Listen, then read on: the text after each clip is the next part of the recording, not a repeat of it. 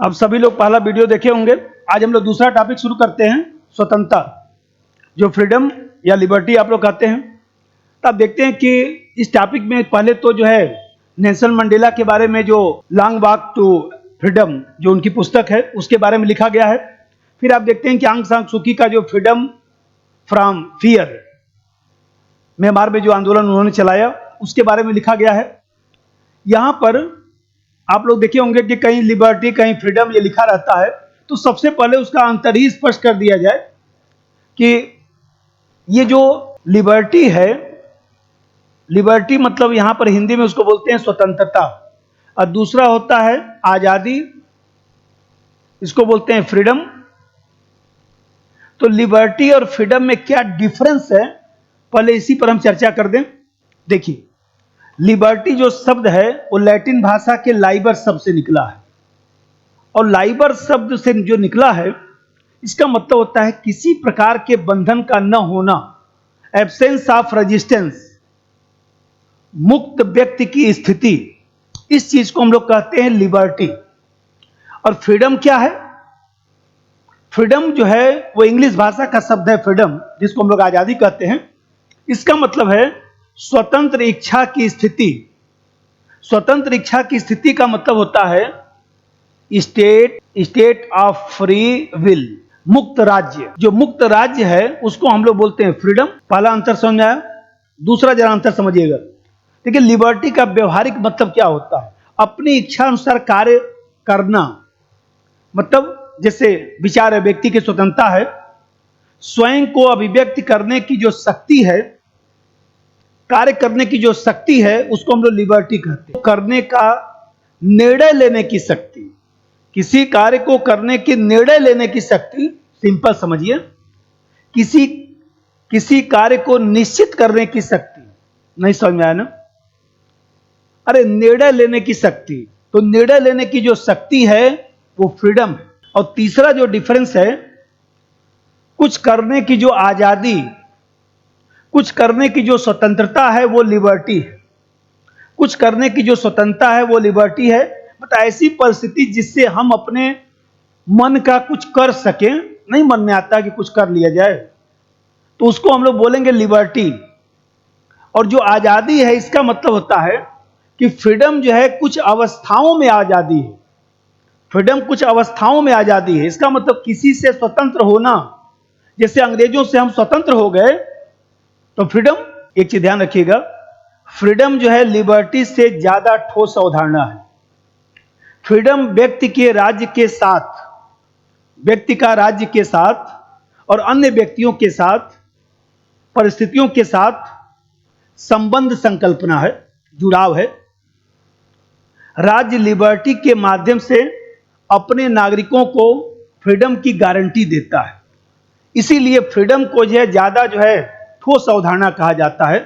और खास तौर से राज्य के संदर्भ में फ्रीडम की बात की जाती है, देश के संदर्भ में फ्रीडम की बात की जाती है, और लिबर्टी सामान्यतः व्यक्ति के संदर्भ में की जाती है।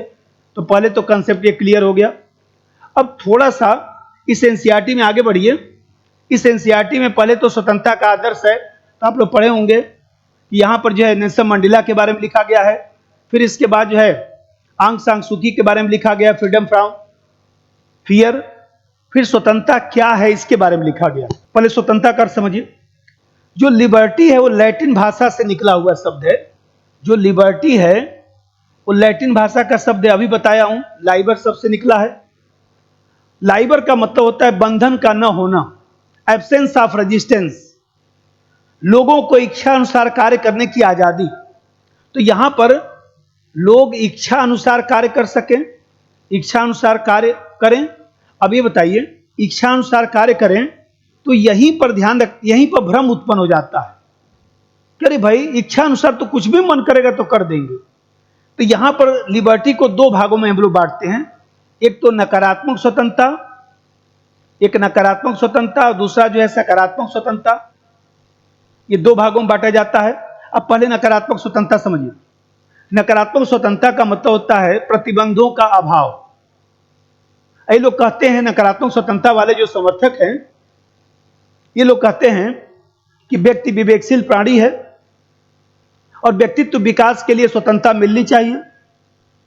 व्यक्तिगत कार्य के मामले में स्वतंत्रता मिलनी चाहिए। व्यक्ति का अपना एक अलग से जो है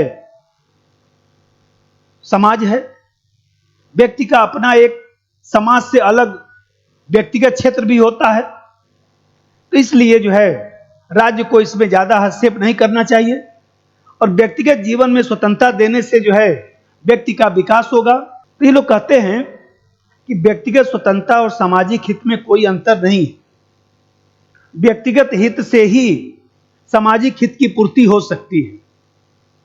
अब ये बताइए भाई, जिसके पास संसाधन है वो तो लाभ उठा लिया, लेकिन जिसके पास संसाधन नहीं है, जो पढ़ा लिखा नहीं है, जिसके पास मान लीजिए आर्थिक और सामाजिक पहलू मजबूत नहीं है, वो क्या व्यक्तिगत स्वतंत्रता का लाभ उठा पाएगा?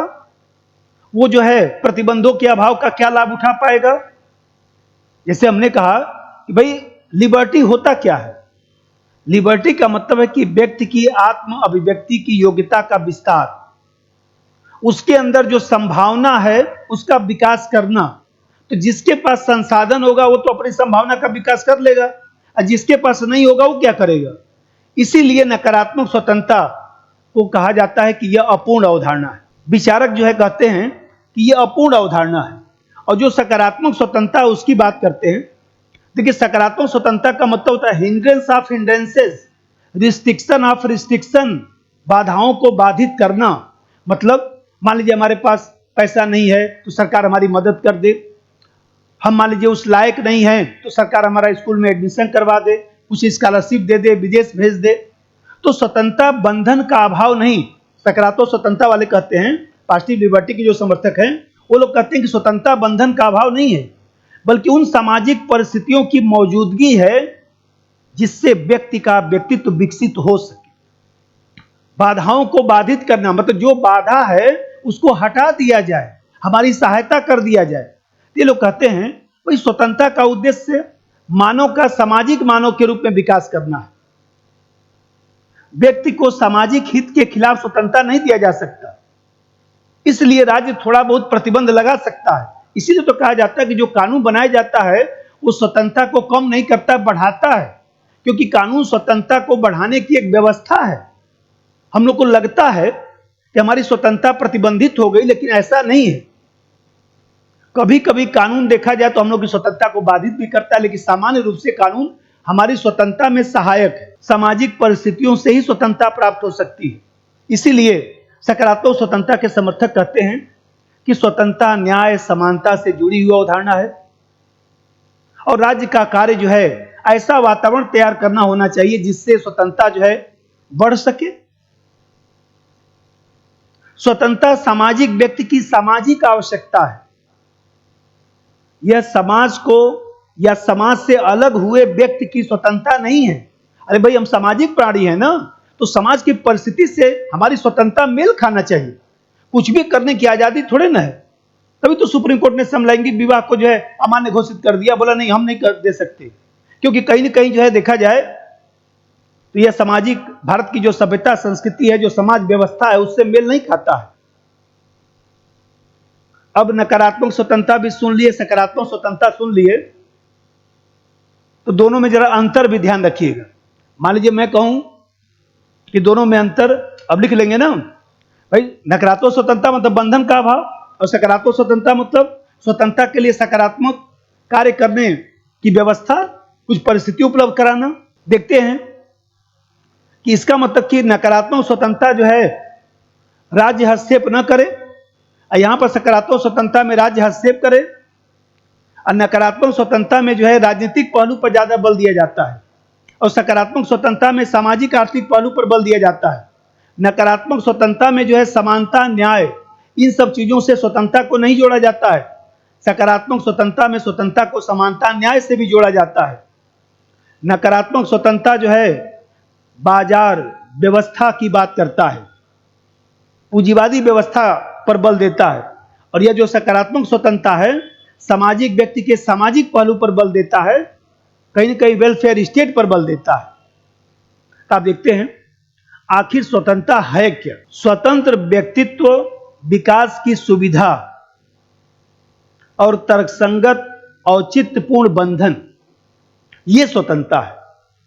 इसीलिए तो ऑन लिबर्टी जो जीएस मिल की किताब है अभी समझाता हूं, ऑन लिबर्टी में इसीलिए जो है वो देखा जाए तो जीएस मिल को जो है स्वतंत्रता का चैंपियन कहा जाता है कि उससे अच्छी कोई किताब लिख ही नहीं पाया। भाई जैसे कहा जाता है कि स्वतंत्रता की सुरक्षा के लिए क्या आवश्यक जो है, क्या संरक्षण है, necessary safeguard for maintenance of liberty. तो ये जो है क्या सेफगार्ड है ये बताइए। जिस देश में लोकतंत्र होगा वहीं तो स्वतंत्रता चलेगा, जहां मूल अधिकार दिया जाएगा वहीं तो स्वतंत्रता चलेगा, जहां शक्तियों का पृथक्करण होगा, भाई विधायिका, कार्यपालिका, न्यायपालिका तीनों अपना कार्य करे, कोई कार्य में हस्तक्षेप न करे, एक दूसरे के कार्य में हस्तक्षेप न हो, जहां पर न्यायपालिका स्वतंत्र हो, जहां पर जो है आसानी से और शीघ्र न्याय उपलब्ध हो सके, जहां पर रूल ऑफ लॉ हो, जहां पर सबको जो है कुछ इकोनॉमिक सिक्योरिटी मिल सके, जहां पर डिसेंट्रलाइजेशन ऑफ पावर हो, जहां स्वतंत्र प्रेस हो, जहां पर संविधान का शासन चलता हो, जहां पर लोग जागरूक हों। तभी तो लास्की ने कहा सतत जागरूकता स्वतंत्रता का मूल्य है। देखिए इसमें एक लिखा है हार्म प्रिंसिपल, हानि सिद्धांत। ये हानि सिद्धांत है क्या? जो जीएस मिल है, तो जीएस मिल ने जो है ऑन लिबर्टी जो पुस्तक लिखा, उसे तो एसेज ऑन लिबर्टी पूरा पुस्तक का नाम है, लेकिन ऑन लिबर्टी उसको हम लोग जानते हैं। तो ऑन लिबर्टी जो पुस्तक लिखा उसमें इसने लिखा कि दो तरह की स्वतंत्रता होती है। एक तो विचार की स्वतंत्रता होती है, एक विचार की स्वतंत्रता होती है, और एक जो है कार्य की स्वतंत्रता होती है। विचार की स्वतंत्रता, दूसरा कार्य की स्वतंत्रता। भाई कुछ विचार आएगा तभी ना कुछ कार्य करेंगे, इसीलिए कहता है कि विचार की स्वतंत्रता और कार्य की स्वतंत्रता पूरक है।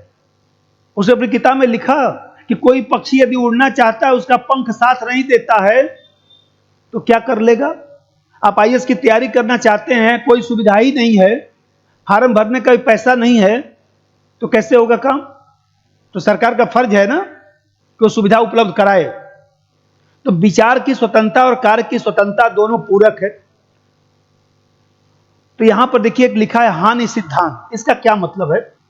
कार्य की स्वतंत्रता का मतलब कहता है कि एक स्वपरक कार्य होता है, स्वपरक कार्य, और दूसरा होता है परपरक कार्य, self regarding action, self regarding action, और दूसरा होता है other regarding action, other regarding action.